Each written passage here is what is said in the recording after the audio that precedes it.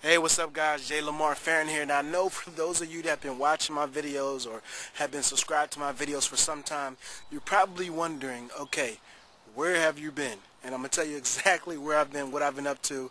I'm also going to answer a question that came through the email in regards to pre-foreclosures and lease options. Basically, what are these two strategies? Let's talk about it.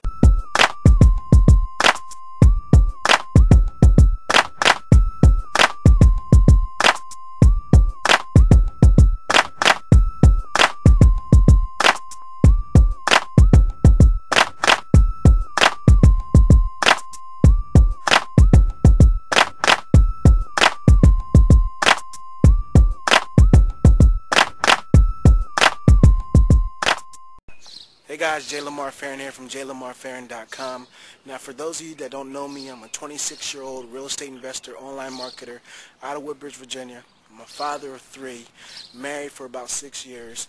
I'm also ex-military, 5.5 years, and pretty much that's me in a nutshell. Alright, I got into network marketing and real estate investing and had a lot of problems in the beginning, but kind of worked them out along the way. I'll share that in a couple other videos, but just to let you know, for those of you out there that are wondering if it's possible in this market to make money and invest in real estate, and I'm going to answer your question, yes, it is possible. Alright, but first things first, I'm going to get to this question that came in through the emails in regards to pre-foreclosures and lease options. Basically, what are these two strategies? Alright, well, the first strategy I'm going to talk to you about is lease options.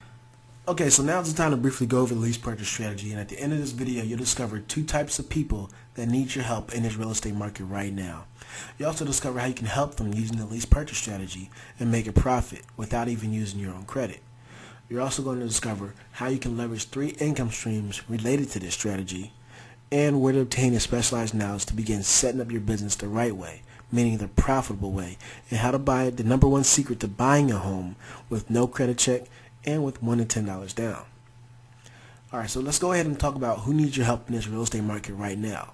Well, one side of the coin we have what's called a motivated seller. Now when I say motivated seller, I'm not talking about someone who's excited about selling their home. I'm talking about someone who needs to sell their home. They have a deep motivation that sparks the need to sell versus a desire. And that could be anything from facing a job transfer, an unfortunate death in the family, maybe they're going through a divorce, or maybe they're making payments on more than one home. These are all problems that can come unexpected and influence the need to sell a home. Another problem is maybe the current market is making it hard for them to sell, right?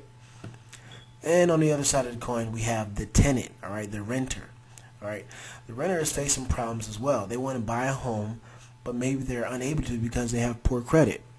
Maybe they don't have enough money to put down on a home. Or they could be sick and tired of renting and they want to make the money work for them instead of the other way around. And another reason, maybe they're newlyweds. Maybe they're just getting married and they want to buy a home. So now that's the reason for them buying a home, is because they want to go ahead and start that family, right? Another reason could be maybe because they have a new addition to the family. I mean, most people know that I just had a baby not too long ago, about 6 months ago. And beforehand, I had to move out of my apartment. I had to move into a home so that we could have more space. And that's commonly the #1 reason when you get a new addition to the family is to move, is because you need more space. All right. So again, these are problems that can be solved. All right. And this actually brings me to a quote I once heard, and it goes like this: "The how thinker gets problems solved effectively because he wastes no time with the futile ifs, but goes right to work on the creative how." So the question is, how can you solve the problem of helping the motivated seller sell their home and a tenant being able to buy a home? Well, if you haven't figured it out yet, you can use the lease purchase strategy. So let's talk about what the lease purchase strategy is and how we can use it to solve problems and make profit without even using our own credit. A lease purchase is when a seller leases their home to a tenant and gives that tenant the exclusive option to buy the home. Therefore, we refer to them as the tenant buyer. Now, the way you do this is simple. You find out what the seller's problem is and provide them with a solution offering your services. You basically explain to them that there are families out there right now who may not be able to qualify for a loan today, but that they'll probably need about 6 to 12 months to work on their credit. Essentially, that family has the ability to take over the seller's monthly payment with the intention of buying the home at the end of the term. After everything's worked out, you sign a contract with the seller, locate the tenant buyer, and lease the home to them on behalf of the seller. You also give the tenant buyer the exclusive option to buy the home during the term. You don't need to use your own credit, and you don't need to find a tenant buyer with perfect credit. So now it's time to talk about how you get paid. When a tenant buyer moves in, they do need to pay you what's called an option fee. Now, an option fee is similar to a security deposit. However, the only difference is that it's a little higher and it's not refundable, meaning that if the tenant buyer elects not to buy the home, then the option fee is not refunded. This is made very clear up front. Okay, you're looking for people that truly want to become homeowners, and depending on the price, the option fee could be around like $3,000 to $5,000, even more than that. Again, it depends on the price of the home. So that's your first income stream, and with this right specialized knowledge, you know exactly how to structure it. Now, when the tenant buyer takes over the seller's payments, this is where you have the ability to leverage the next income stream. It's called monthly cash flow. Depending on the numbers, we can easily make an additional $400 or more each and every month, and it wouldn't be a problem for the seller or tenant buyer, as you'll be solving their problems in the process. That's the second income stream.